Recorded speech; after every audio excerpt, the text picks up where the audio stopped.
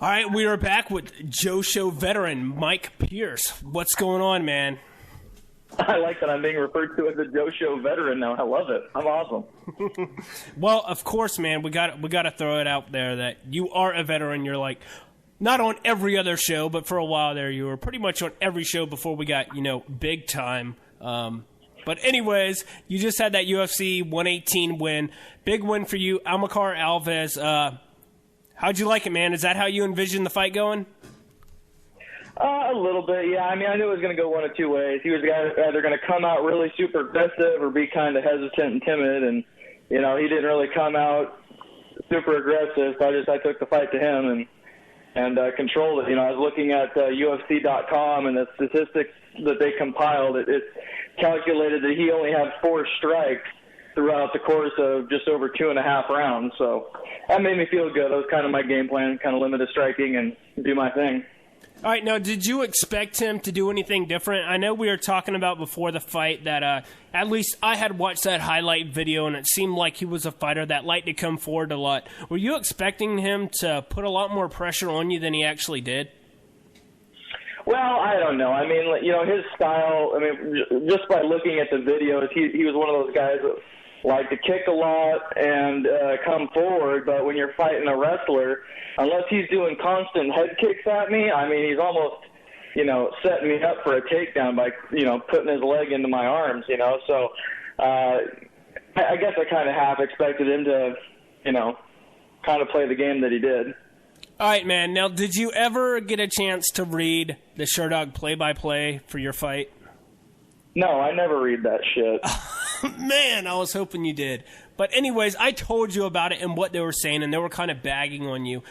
I mean, do you have any beef with those guys at all that write those things? Do you even care that those guys are saying that about you? Or, what's the deal? Does it faze you at all? Well, first off, they're not fighters, they're critics, so whatever. They can think whatever the hell they want. I don't care. I don't have any beef with the guys that write the play-by-plays. I don't even know them.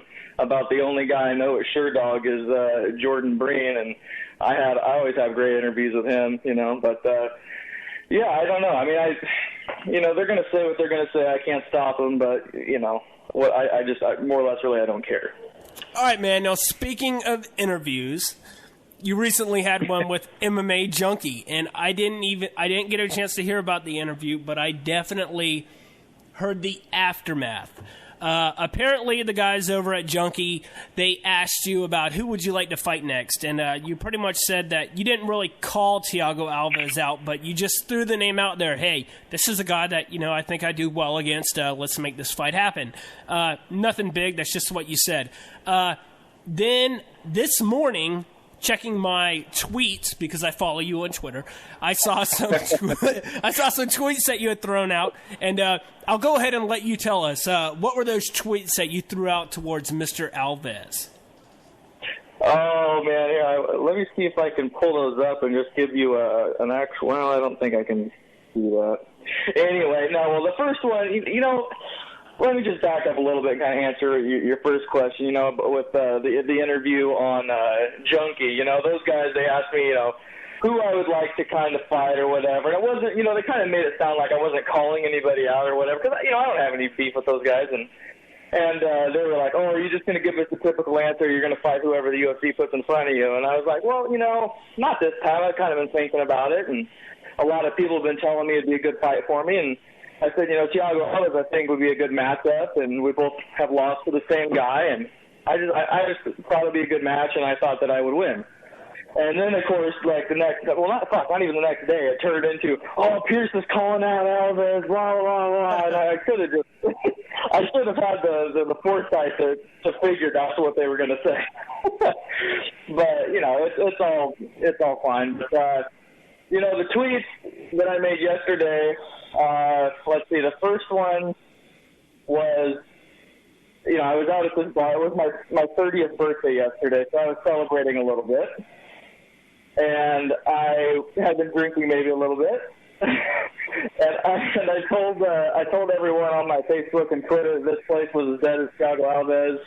And then I made a post after that saying that, Thiago Alves to be featured on The Biggest Loser December 23rd, which I thought was pretty comical. I gotta agree, that's funny. So continue. And then I had to ask Dana White for a birthday wish, and I asked him if I could fight Thiago Alves sometime in December so he could take the time to cut weight and make it this time. And obviously I didn't get my wish, but it's okay. Man, you're just burning this guy, aren't you? Now, before we move on any forward, your last 2 fights, they haven't been televised. Using the Twitter now, doing a little at Dana White, you think this might be a clever way of maybe giving them the thought of, hey, let's get this guy on the main card? I mean, this was some big news now. I mean, it made BloodyElbow.com, the front page of Bloody Elbow. It probably made MMA Junkie as well. I just didn't see it in time, but the bigger sites were picking this up. MMA Junkie this morning had a post on there, or an interview with Thiago Alves, saying that he answers Pierce's call out, and it was all about, him talking about what he would do to me, and he'd show me some love, and blah, blah, blah, whatever. All right, but now that you've used Twitter to call these fighters out, well, just Thiago Alves, really, just mentioning him in tweets and then tweeting Dana White, do you kind of see this as a way to maybe promote yourself more than you could before? Because obviously people read these things. Well, of course. I mean, you got all these MMA outlets following fighters and stuff, and they see the communication that happens back and forth, and they report on it and put it out there for other people to see. And of course, it's a great way to promote fights and to promote yourself. And it's really what I was trying to do here a little bit. I still think it'd be a good fight. I mean, Thiago actually had told. What was it, MMA Weekly or Junkie, one of the two, that he was actually going to personally text Dana White and ask for me at November or December sometime, and I was excited for that. I was like, great, go ahead, ask him, I'm ready. All right, now that happened this morning, right? That interview with Thiago Alves? I think it happened yesterday, to be honest, and it posted today. Okay. So it only took about, I guess, a day now for some other events to unfold. So do you want to go ahead and tell us the aftermath of the whole Mike Pierce versus Thiago Alves trash talk that went on between the two of y'all? Well, I mean, it was kind of short-lived, disappointingly. I wish it would have had a little more momentum to continue, and maybe it would have ended in a scheduled fight at some point, but I guess for whatever reason he's matched up with what's his name? John Howard. He's matched up with John Howard in early part of December, I think, is what they're looking at. So it's kind of disappointing. Whenever they're both coming off losses, and UFC likes to match winners with winners and losers with losers, but. I'm sure I'll get another shot, and, whoever they put in front of me is who they put in front of me. Okay, so obviously Thiago Alves isn't happening now, so go ahead, call somebody else out. Who do you want? Dude, I don't know, man. I mean, they kind of put me on the spot on Junkie, and that was the first name that came to mind. I'm still, kind of eager to do that fight, but it'll just have to be put off at another time. So right now I don't have any other names off the top of my head I can throw at you. Oh, the typical company answer, whoever they give me?